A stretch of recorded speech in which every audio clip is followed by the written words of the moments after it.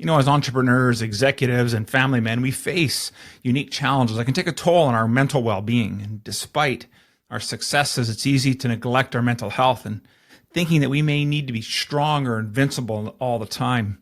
But the truth is, acknowledging and addressing our mental health is a sign of strength, not weakness. And so in this series that I'm about to explore with you on the importance of mental health, I want to share some practical tips, provide resources, and help you navigate the pressures of work and family life. And this isn't just about managing stress, my friends. It's also about thriving in all areas of your life.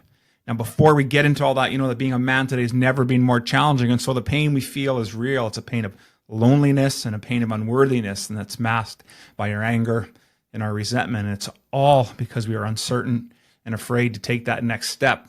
So if you're tired and fed up with where your life is at, then I'm going to encourage you to start your hero's quest. It's where you can become more, accomplish more, and live more than ever before. Just go to members.theawakenedman.net and start your quest today.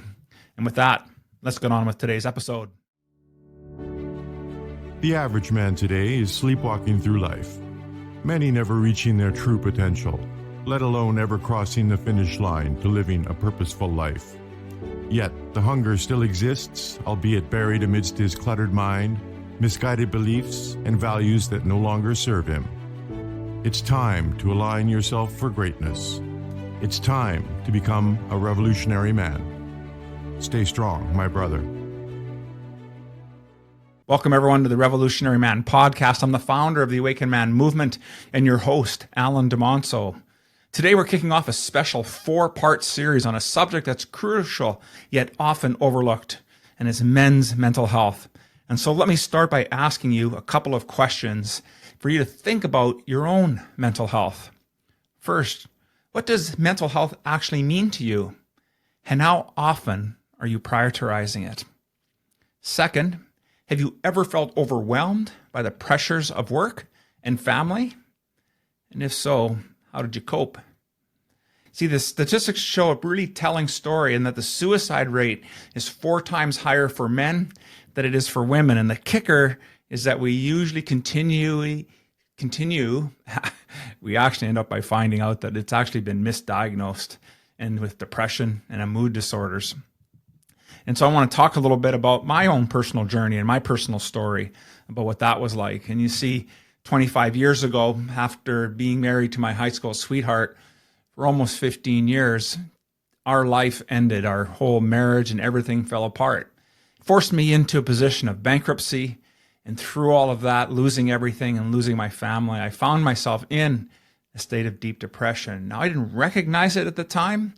I just felt that this heavy weight was sitting on my shoulders. And it took a while for me to realize that this was something that I needed to actually deal with. And so I started to work towards finding a better, healthy idea about who I was as a man. And because that whole downfall was because of how I had misguided priorities in terms of my career and how much I had displaced my family. And so we can have these issues in our lives as men. We can find ourselves in these positions where we prioritize certain things, thinking we're doing the best things for ourselves and our families. And the truth of the matter is that when we put all our eggs in one basket like that, we can come across a crossroads that is very difficult for us to traverse. And so I want to dive into the core of today's episode, and it's about breaking the stigma around men's mental health. And so the stigma and the importance of us really understanding these two pieces. And so that many men feel the need to put on this brave face. I felt that to do that is that I couldn't show that I was struggling. And so I hid that from my wife. I hid that from my family and from many people. And so society often tells us that showing that we're struggling is a sign of weakness. But this couldn't be further from the truth. And so I want us to be able to discuss mental health today openly so we can break down these barriers, encourage even more men to seek the help that they need. So I want to really unpack the idea of stigma around mental health. And I'm going to start by really having us look at the cultural norms that exist today. And so, in many cultures and communities, we place a high value on stoicism and self-reliance, I think of Emerson's essay on self-reliance. And that's, as men, are keys to how we see and perceive ourselves in life. This cultural norm can deter us as men from really seeking the help that we need. And so let me start off by addressing the idea of this Stoicism. And to me, Stoicism is not about discouraging emotional expression. Instead, it's about recognizing our emotions and displaying them in a healthy way. And it's really about us becoming masters of our own emotions. And so it takes me back to thinking about a quote by Aristotle. Here's what it says. It says, "To feel these feelings at the right time, on the right occasion, towards the right people, for the right purpose, and in the right manner, is to feel the best amount of them, which is the mean amount." And the best amount is, of course, the mark of virtue. So all that Aristotle is saying there is that it's okay for us to have these feelings and these emotions, and it's really about how we express them and how we lean into them. And it's for many of us men, haven't been taught how to do that. And so we either stuff it, which gives us the idea of the Stoic idea of not being able to express, or we haven't have any emotional maturity. The other side of that spectrum, I should say, is really about then over-expressing it. That's where anger and rage come from. And when we haven't learned to balance those pieces, then we tend to struggle. And so we choose not to express ourselves. And yes, this doesn't mean that it's okay for us to be angry. But no, it doesn't that doesn't make you a toxic person, as many would like us to believe today. But having uncontrolled emotions, I'm talking about how do we feel and express and really understand these emotions, because when we can do that, we can remove that stigma that we carry for ourselves, and we can start to move forward with our lives. And so, I look at a study published by the American Journal of Men's Health, and they found that traditional masculine norms significantly contribute to men's reluctance to seek mental health treatment. And I think that there's a lot of truth in that. I think there's a challenge for us as men to truly understand what it means to feel into our emotions. And so what's the next piece of that, and why don't we want to do it? Because for many of us, as we were growing up, there was this fear of judgment in our lives, and men often fear being judged because when we are, it makes us feel that we're weak or we're incapable especially if we admit that we're experiencing a mental health issue. And so this fear can really prevent us from opening up to friends and to families and to other professionals. We learn at a really young age as boys that when we can't do something, we're going to be judged. As I was preparing for today's episode, I saw this Reddit question that this user posed, and his question was, what shouldn't men be judged doing? And while there's a whole list of things on there's a few that really I thought were really interesting ones. So I want to list them out for you. So what shouldn't men be judged for doing? Not knowing how to fix something. I was over at a good friend's place this past weekend, and he's mechanically inclined, and he's an outstanding carpenter. But that's not my forte, and I grew up working in kitchens and professional kitchens and that, and so my strength doesn't lie within carpentry, even though my father was a mechanic. And I found myself feeling a little bit hesitant to approach it because he was there with a couple other guys, and all of them were trying to fix this pressure washer, and there I was standing on the outside looking in. But I recognized that when it came down to the dinner hour, and he needed a hand with preparing the steaks and making sure that they turned out well, he didn't lean over to his two buddies. He came over to me. And so when we can recognize that just because we don't know how to fix something or we don't know how to do a certain thing, that we may foresee or interpret being more masculine, that's really a story that we're telling ourselves. The other thing that came up with the Reddit question was being affectionate with people other than our partners and maybe even family members. I remember even not any more than 5 or 6 years ago, just hugging a buddy. Hey man, great to see you, and giving him a hug was very unusual or not normal in our group and in society. But I think we find today that the expression of being able to hug your brothers, to know that and to tell them that you love them and understand that comes from a place deep within. And so as we become more comfortable with this, and I've seen the toughest guys really break down when they get that recognition of truly being seen and loved. And I think that's so important that we recognize that being able to be affectionate that way, is really an important way for us to express our emotions. Being a stay-at-home dad or earning less than our partners was another one that came up. And I can see that totally being a challenge, right? Because we're supposed to be this breadwinner, right? I know there's lots of men's work out there that one of them that they like to really put forward is about being that provider. What does that provider look like? Sure, it can mean that, but provider can also be about being able to provide within the envelope of the home.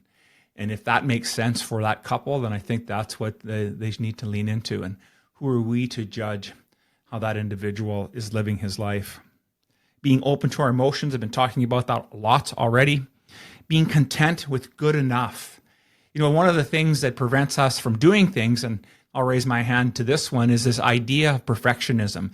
So is it good enough? Should I launch this podcast? Should I launch this men's business? Should I step forward? And when I ask those questions, there's opportunity for me to say no, because it's just not good enough. And instead, understanding that through growth comes those tribulations, those opportunities to stumble. Even at the start of this podcast episode, a little bit of stumbling there until I start to get into a rhythm. And that's okay. It's okay for us to be able to practice that. And are we willing to lean into that in order to break this idea of who we are as men?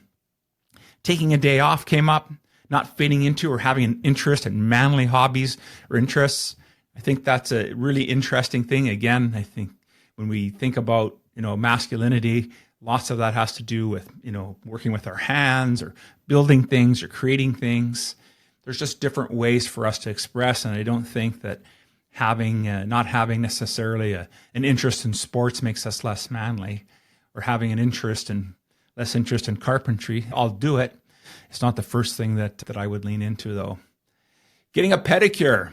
I've noticed in the last few years, the start of men taking care of themselves, the metrosexual man stepping forward. And now there's more and more barbershops that, offering stuff for your beard and haircuts. And yes, you can go in and enjoy a whiskey or a cigar with your pedicure. And so we're taking something that you wouldn't necessarily think of it as being a masculine, but giving an opportunity for men to get together. And why shouldn't we take care of our bodies and ourselves? And so I really like that one came up.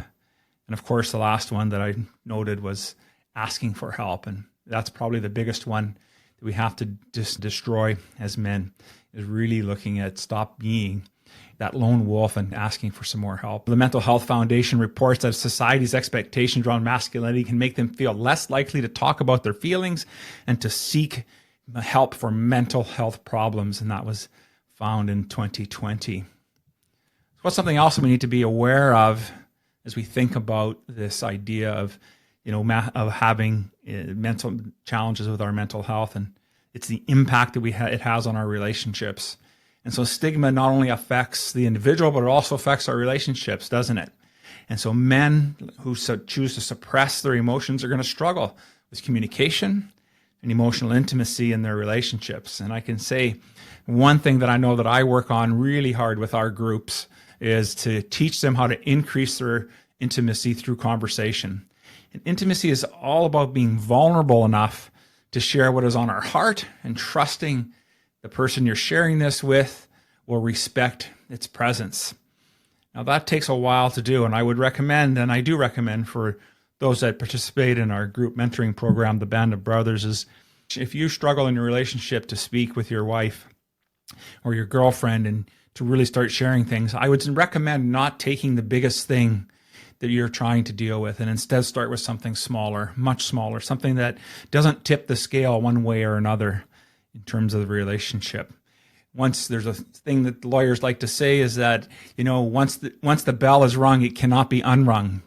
And so what that goes to say is we want to be mindful of being able to have some practice before leaning into some of the more challenging conversations we're going to have about what's going on for us. And so I encourage men to use groups like men's group to get an opportunity to practice the things that are important, the things that are on your heart that you would like to share. And maybe not everything that you'd like to share should be shared. And that might be a tough pill for some of my listeners to hear, but the truth of the matter is that you can't unring the bell. And so you want to make sure you're in a safe space. Do you understand the impact of what you're sharing and what the long-term effects of that will be? And here's the other side, and it's a real kicker for us if we're not paying attention, is that women are not always ready to receive this kind of intimacy. If you're the kind of guy that never talks about his stuff, and now you're at a point, you're deciding you're doing some work for yourself or on yourself, and you want to lean into it, yes, they're willing to hear what you have to say, but hearing and listening is totally another story. And so it goes back to this ingrained cultural norm of what it means to be a man. And so it's why I really suggest that for men's group to practice with us on what it is that you wish to share. The fact of the matter is she may be unprepared to do that. And so that would require for her to do some work. The way you can do that is by practicing and learning how to do that. And so I've been talking around this piece, and really this communication strategy that I share with men we work with is about these 5 levels of intimacy. And so most of the time for us guys, we like to stay in the safe zone. And that safe zone is where we just share some facts and information about things that we know. And why do we do that? Well, it keeps us out of the harm's way. We're just sharing stuff. And so the next level of it, and it's pretty close, is really sharing other people's opinions and beliefs. And so, yeah, I really like what Jordan Peterson had to say, because this is what he feels about masculinity and Stoicism. Well, that's Jordan's opinion and belief. And you're just saying, yeah, I agree with that. But it also gives you an opportunity to step away from it, doesn't it? So that next level, that third level, now we're going to really start to dive into things. And that's that personal opinion and beliefs. It's about really taking some small risks, so we still have room to change our mind if we want to avoid conflict. And so this is a challenge for many men to get into, to be able to share some opinions. And those of us that do share opinions, maybe we share it from the perspective of that our give a shit factor is pretty low. And that can be dangerous as well, because what you're saying is that you're sharing, but you're not really sharing because you're closed off to the feedback.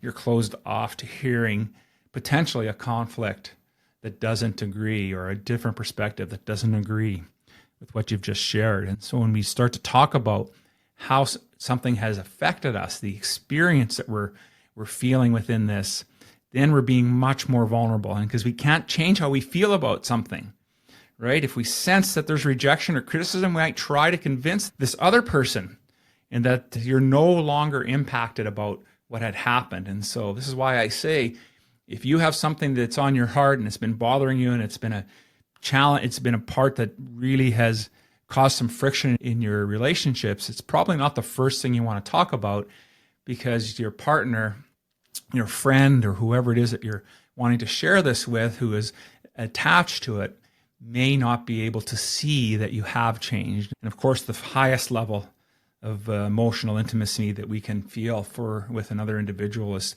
expressing our needs and our emotions and our desires. And this is really about taking the heart out of our chest and putting it on the table. And you have to have a deep level of trust to do this, because once it's out on the table, you can't unring the bell. And so is there enough trust built? And that can take a little while for us to get there. But it's important, because if we don't do this work, if we continue to carry it, it's going to show up in our life in health issues. It's going to show up with not just mental health, but physical health, ailments. There's an idea of there's dis-ease that comes upon us because of how we're carrying all of this burden. And so the Journal of Health and Social Behavior highlights that men who adhere to traditional masculine norms often experience more interpersonal conflict and have lower relationship satisfaction. And so what can we do to change some of those things? And we just went through a little bit of an exercise. What else can we consider about stigma and really breaking this thing down? Well, as entrepreneurs and executives, we often deal with intense stress, long hours, and the pressure to succeed. And so these factors can lead to anxiety, depression, and burnout. And so it's vital for us to recognize these signs early so we can take some proactive steps to address them. And so here are some key points I want to pass with you about how we can manage and deal with some of these things that I just mentioned. So when we think about high stress levels, the demands of running a business or managing a team can lead to chronic stress. And so 1 in 10 men experience depression and anxiety. That's a significant number of men for sure. Mental health conditions. And so it includes different anxiety disorders and depression. And so we need to recognize when this is happening so that we can start to take action. Work-life imbalance, right? As we live in a high-pressure society to always be succeeding and moving the needle forward, our roles tend to struggle to balance between our professional lives, the things that we're trying to accomplish in our lives, and our personal lives. And so it can lead to not just burnout, but really strained relationships. And so many men work long hours. And that was my story for sure in my 20s and early 30s, as I was striving to be the best chef I could be. And yes, I had great success at the Culinary Olympics, but in the end, to what end? It cost me my family, it cost me my marriage, it cost me virtually everything. And so if there was an opportunity to do it over again, I would still want to be part of that culinary team and compete and be with that group of high-powered men. But I'd also want to recognize the support and the backing that I needed from my family, and to truly make sure that I was present and available for them. And so the other thing that'll happen for us is we look at these different conditions is that we'll tend to, as mental health issues start to come up for us, we'll tend to isolate ourselves. And so the responsibility of us being leaders can be really isolating. And when you're leading a large group of individuals, or you're leading an organization, you're trying to take it to that next level, there aren't a lot of people that you can go and relate to. And so it can lead us without much of a support network, so we can share our struggles. And again, I think this comes into play, this lone wolf syndrome, right? And so lots of reports are coming out that male loneliness and isolation is an epidemic, and it creates harm to men, as much harm to men as smoking 15 cigarettes a day. And I read that, I was like, wow, man, that's pretty intense. And so it does go back to some societal norms, these ideas, these beliefs, these values that we've lived by that cause us to have this kind of isolation. And so we need to be strong, self-sufficient, independent. Yes, we need to do that. And they're all great virtues, but not to a fault. And so that's where balance comes back into play. So how do we get to be the lone wolf? Well, this shows up quite simply by us normally putting ourselves last. So if you catch yourself doing that, you might be in that lone wolf situation. I talked earlier about not feeling our feelings, right? I don't need to feel that. We'll deal with that later. And when we come across with life like that, we will struggle as men. And of course, there's financial pressure as well. And so when financial instability and the pressure to ensure our business is a success can truly exacerbate our stress and our anxiety. If we're not bringing home the bacon, then what's happening to us? There's a lack of finances. These can cause us arguments. Man, this just resonates with me so much in my late 20s and early 30s. There's this pressure that we need to provide and spending less time with our family. It brings on feelings that I didn't recognize until later, but they were feelings of shame and guilt and anxiety because we're not meeting expectations of ourselves and where we pick those up from, which from society and from other areas. And so this social competition, as some men strive to keep up with the Joneses, can really be detrimental to our lives. And I remember having some men in the group, and that was something that he was sharing with us, that it was something that he knew he needed to deal with, from having to be always wanting to be up with the Joneses or maybe just a little bit better. And that's fine when everything is working great around you. But when one block of the Jenga puzzle comes out, then the entire construction falls down. And so we really got to be mindful of that. So let me tell you a story about a friend of mine. His name's John. He was a successful entrepreneur. He went through a profound mental health journey. And see, John was always the epitome of success. He had built a thriving tech startup from the ground up and was a devoted husband and a father of two. On the surface, he seemed to have it all. However, behind the scenes, John was struggling immensely. The pressures of running a company and meeting investors' expectations and maintaining a happy family life just became overwhelming for him. It all began with just small signs. They're just little things that we tend not to pay attention to. And so John started to feel constantly being exhausted. And even after a full night's sleep, he just found himself being irritable over the littlest things, both at work and at home. His irritability continued to increase and increase. And so his productivity got worse, and he started to miss important deadlines. Despite everything that his wife would say and her concerns over it, John just brushed it off. As months passed, the situation only got worse for John. John began to experience some panic attacks before any major meeting. It didn't matter if that major meeting was at home or he was going to deal with something with his wife. He felt this persistent, intense feeling of dread and found it increasingly difficult to focus. He isolated himself from family and from friends, believing if he just needed to figure it out all on his own. And that stigma around the mental health made him fear that if he admits that he's struggling, then he'd be seen as weak and it would damage his reputation as a strong leader. And one evening, after a particularly grueling day, John had a breakdown and he realized he couldn't be this way and that he needed help. It was a difficult decision, but he confided in his wife and everything he had been experiencing. He looked for support and understanding for a turning point for him, encouraged by his wife. And yes, John took a big risk by stepping in and speaking to his wife. John decided to seek some help. And so he did some help through not just professional help through seeing a therapist, but he also looked for a men's group so that he could help and understand and recognize and manage what these stressors are, these triggers that were happening. And so he was introduced to concepts like mindfulness and meditation. And it helped him to stay grounded and present. John not just did that, but in part of his men's group, he also found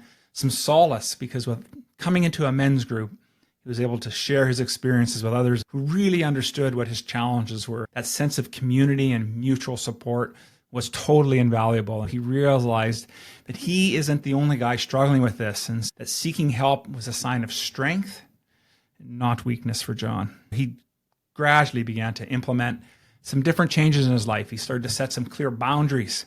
Geez, I wish I would have recognized that 25, 30 years ago between work and personal time and really ensuring that he spent quality time with his family. Because let's face it, work-life balance isn't about having equal time with each other, but it's really about understanding having the quality of time of where it counts and when it counts. And so he just started to make changes at work, delegating responsibilities, trusting team, handle tasks so that he used to take on just for himself. And not only did it reduce his stress, but his employees, surprisingly enough, felt empowered that they could do more and be more for him. So over time, yes, his mental health did improve significantly, and he became an advocate for it. And so he openly shares his journey with his peers now. The nice thing about John is that John has become a great mentor to many others. And who would have thought? I'm sure John didn't think that would be the outcome for him going through his struggles. So it's a powerful reminder for us to say that it's okay for us to struggle. It's okay to ask for help. And taking care of your mental health doesn't make you less capable. It makes you stronger and much more resilient. And so I want to talk a little bit about some practical tips that you can use to foster and help and benefit your mental health. And so no brainer here, but regular exercise. That physical activity can help boost our mood. And it helps reduce stress. We need to get rid of some of that stress in our body. We already mentioned mindfulness and meditation. It was something that I started to pick up on a few years back, and I do find the days that I am on it. I can tell you the days that I do commit to doing at least 20 minutes of mindfulness and meditation, that those days tend to be the most productive days and the most centered days for me. Again, managing healthy work-life balance. It's about really understanding when you're on and when you're going to be off of your work piece. And when you're truly off, then you need to really be engaged with family. And of course, seeking professional help. And while those are great things and there's help for everybody at some level, depending on where you're at, professional help is the place for you. And of course, I'm going to recommend that joining a men's group and being around other men helps us to find ourselves, helps us really to uncouple some things that are no longer serving us, some values and some beliefs that are no longer serving us. So joining a men's group is so key for us. And so There's lots of different resources available out there for you to help you on this journey. And from therapy to support groups and online resources, as I mentioned earlier, the Band of Brothers, it's our group mentoring program. And it's an important thing that you take that first step. And so as we wrap up today's episode, it's important to remember that breaking the stigma around men's mental health is a crucial step toward overcoming our well-being and acknowledging that it's okay to have struggles and seeking the sign of strength is not weakness. And so as we discussed how societal norms and fears of judgment often prevent us from addressing our mental health issues, it's really essential that we recognize these challenges are common and that seeking support can lead to significant improvements in our quality of life as men. And so take some proactive steps by talking about your feelings, by reaching out to professionals, about utilizing the resources can make a really huge difference in our lives. And so remember, your mental health is just as important as our physical health. And taking care of it is a vital success to happiness. And so I just want to close by saying, in summary, don't let stigma hold us back. Prioritize your mental health, gentlemen. Seek the support you need and encourage others to do the same. Brothers, we're all in this together, striving to be the best version of ourselves. Thank you for tuning in to the Revolutionary Man podcast. I hope you enjoyed today's conversation and it was insightful and empowering for you. So join us next week for part 2 when we talk about men's mental health series, where we're going to navigate the shadows about managing anxiety and depression. And so don't forget to subscribe, leave a review, and share this podcast so that others might benefit from it as well. And so until next time, take care of yourselves, my brothers. Aho.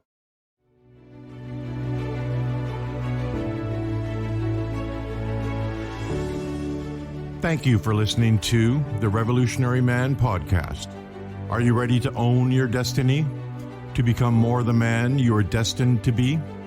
Join the brotherhood that is The Awakened Man at theawakenedman.net and start forging a new destiny today.